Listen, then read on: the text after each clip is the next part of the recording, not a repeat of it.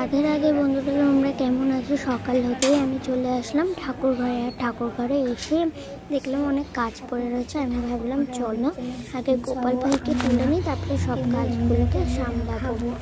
জামা কি পছন্দ, ঠিক আছে? তো এটা ভাবার পর আমি চলেও গেলাম গোপাল ভাইকে তুলতে। গোপাল ওঠো ওঠো সোনা, ওঠো ওঠো, উঠে পড়ো উঠে পড়ো। এমন করে না, বেলা হয়ে গেছে তো। ওঠো ওঠো ওঠো,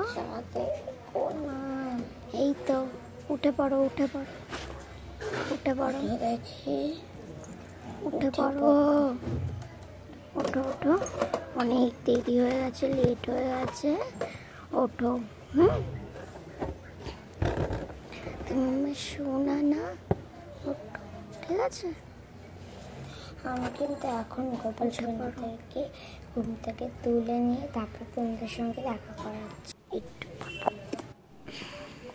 এবার স্নান করতে বসো, চলো চলো স্নান করতে বসো। স্নান করো স্নান করো, স্নান করে ফেলো তাড়াতাড়ি করে, নয়তো সকালবেলা তোমরা থাকবে কীভাবে? স্নানটা করে নাও তাড়াতাড়ি করে, তারপরে তোমরা খেলা করো, ঠিক আছে? আমি আর বকবো না। এই তো স্নান হয়ে গেছে, এইবারে জামাটা পরে নাও। আজকে সবুজ বস্ত্র পরবে, দেখো তোমাকে কতটা সুন্দর লাগছে। টাটা।